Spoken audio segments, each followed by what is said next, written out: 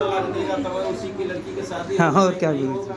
जी, आजकल पैसवा ही बोला था कि लड़कियां थोड़ी नहीं बोला था। हाँ, लड़कवा गोर पैसवा से बिना लड़किया शादी होगा, लड़कवा केतनो करिया वा लड़किया गोरवा दे तो पैसा से शादी हो जाता तब हो जाता। है। बताओ तब के कलूटी नाम रख देता है, कलूटी आएगी घर में, ओके मारत पीटता है। देखो एक होनी अनहोनी को होनी हो रहा है। हाँ, आज देखो सुंदर लाल आए हैं, बहुत बढ़िया माँ की कृपा से। अरे पूजा बिटिया आई है, जो कि असंभव रहा कि आने वाले कि हम कभी न जाए खररा धाम में बाकी दूसरा दिन बहुत बढ़िया आज नवरात्र बड़ा होनी कर दिया। खुश रमुन्ना आशीर्वाद जुग जुग जिए, दे नहा पूछे फल। अच्छा गुरु जी, एक सवाल है हमारा आपसे।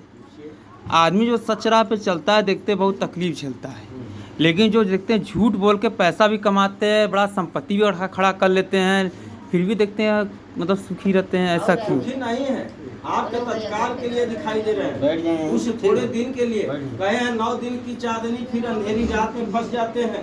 बाकी आप हम समझ नहीं पाते हैं, कुछ दिन के लिए अजोर होता है, फिर जिंदगी उनकी भटक जाती है, फिर कभी वो चमत्कार नहीं कर पाएंगे। कुछ दिन के लिए झूठ बोल कर और जो सच के राह पे चलता है गुरु जी बहुत तकलीफ झेलता है। सत्य एक तपस्या है, जो लिखे कि साच बराबर तप नहीं, झूठ बराबर पाप, और जाके हृदय साच है ताके हृदय आप। अब इनके अपने हृदय में बैठाने के लिए तपस्या करना पड़ेगा। सच्चाई एक तपस्या है, संकट झेलना पड़ेगा, नाना प्रकार का पीड़ा सहना पड़ेगा, गरीबी झेलना पड़ेगा, तब आपके घर में भगवान वास करेंगे। भाव प्रकट होगा। गरीबों के पास भाव होता है, धनवान के पास भाव नहीं होता है। इज्जत सम्मान गरीब करता है।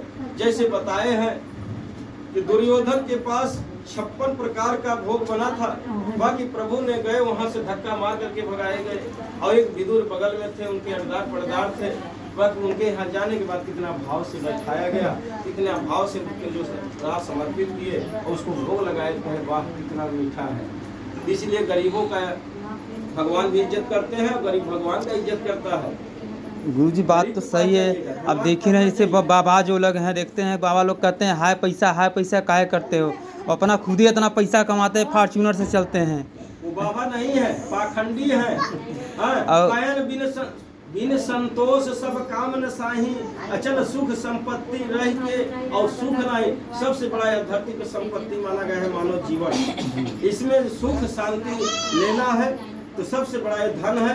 संतोष करिए, वो संतोष नहीं है उसके पास तो वो संत नहीं है।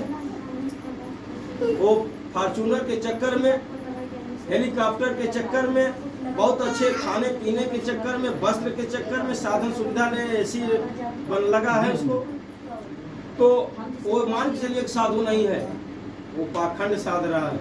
तो यह काया को इतना बढ़िया सुंदर पा कर करके वो जन्म अपना गंवा रहा है। वो संत नहीं है, असंत और अशांति है। संत जो होता है वो कोई लालच नहीं होती है, उसके अंदर ईर्ष्या नहीं होती है, उसके अंदर भेद नहीं होता है, वो संत होता है। और वही सुख मानव जीवन का भजा सकता है और दूसरे को सुख छाया दे सकता है। कहे छल कपट छिद्र मोही नहीं भावा।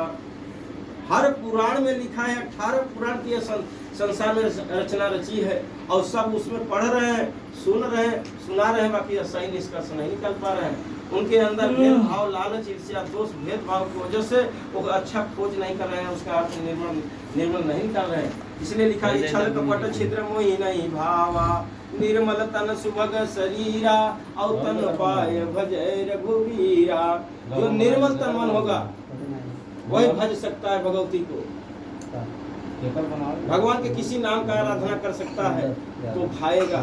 जिसके अंदर छल कपट रहेगा वो जपेगा तो उसको रोग भोग गरीबी नाना प्रकार के संकट लड़ाई झगड़ा डाल देंगे प्रभु। अब बिना गुरु के इनके पास नहीं पहुंच सकते हो।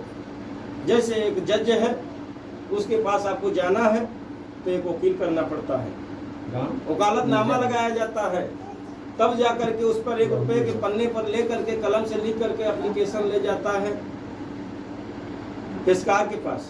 पेशकार ले जा करके फाइल देता है, एप्लीकेशन देता है बड़े बाबू को, तो बड़े बाबू ले जा करके देता है जज के पास। हर एक का प्रोसेस बनाया गया। हाँ, अब यहाँ लोग क्या सोच रहे हैं, मंदिर बनवा लिए, मूर्ति खड़ी कर दिए, बस हम हो गए गुरुजी। आपके गुरुजी नहीं, ज्ञान नहीं है तो कैसे गुरुजी हो गए? जी। बाकी ऐसे ऐसे पुजारी है, हाँ। पूजा कर रहे हैं, व्रत कर रहे हैं, और फल का पता ही नहीं है कि फल हमारा क्या है।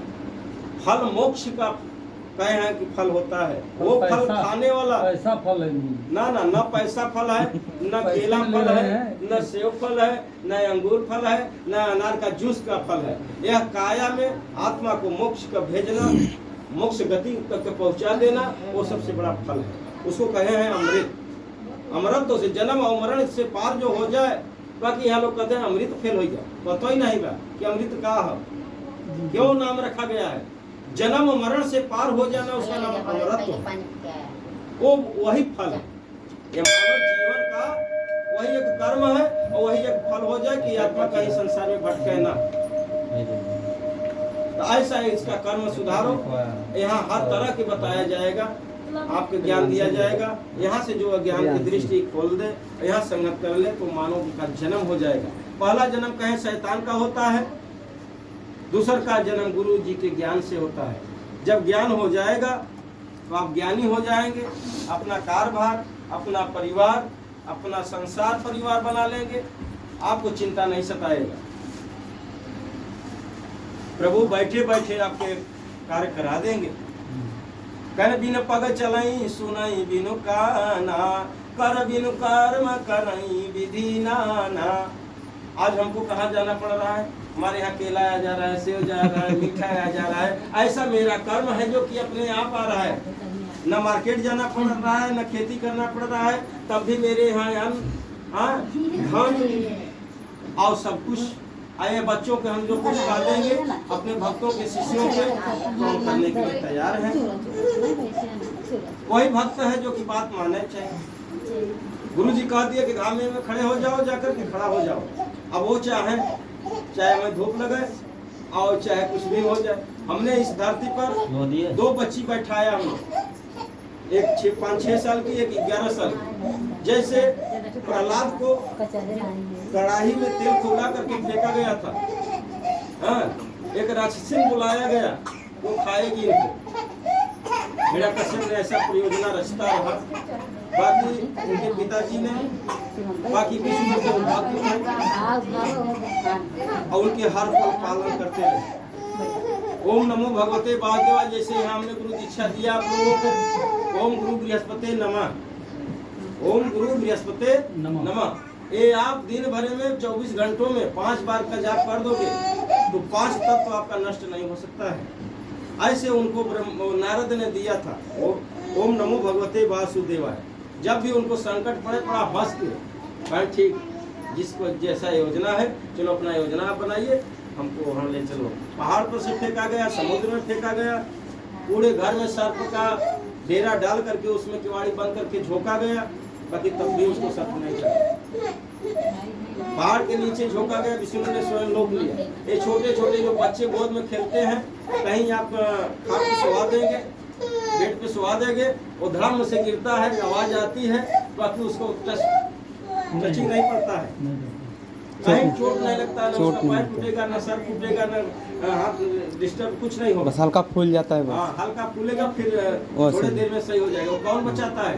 प्रभु ने बचाता है। ये तो बात मानना। वो बच्चा है, वो अबोध बच्चा है। वही बच्चा जब सयान होता है, ज्ञान हो जाता है, जानबूझ के संग्रह करता है, तब गिरने के बाद उसका पैर टूट जाता है, कपार फूट जाता हाथ टूट जाता है, सर फट जाता है, हाँ, और वो पीड़ा जीवन भर सहना पड़ता है। हाँ, इसलिए प्रभु सबके हैं। आप लोग अबोध हो, बच्चे हो, आप लोग यहाँ मंजूर है कि कोई गलतियाँ है तो उसको मान लीजिए, बाकी जानबूझ करके संग्रह मत करिए।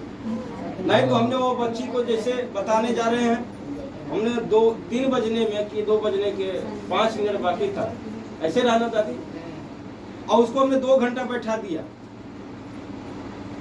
खड़ी दोपहरिया में, जेठ के घामे में, एकदम धूप में। बाकी हमने जैसे प्रहलाद के विष्णु ने रक्षा किया, वैसे हमने यहाँ बैठे रह गए।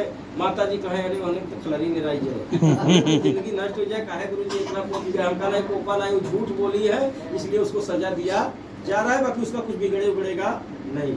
दोनों बच्ची बैठे अब फिर 2 घंटे के बाद बुलाया गया, और एकदम शरीर ठंडा, कहीं पीड़ा नहीं, कुछ नहीं। ऐसे मेरे हाथ में आशीर्वाद है, जो चाहेंगे आप कहीं रहोगे, आपके हमसे छाया डालते रहेंगे।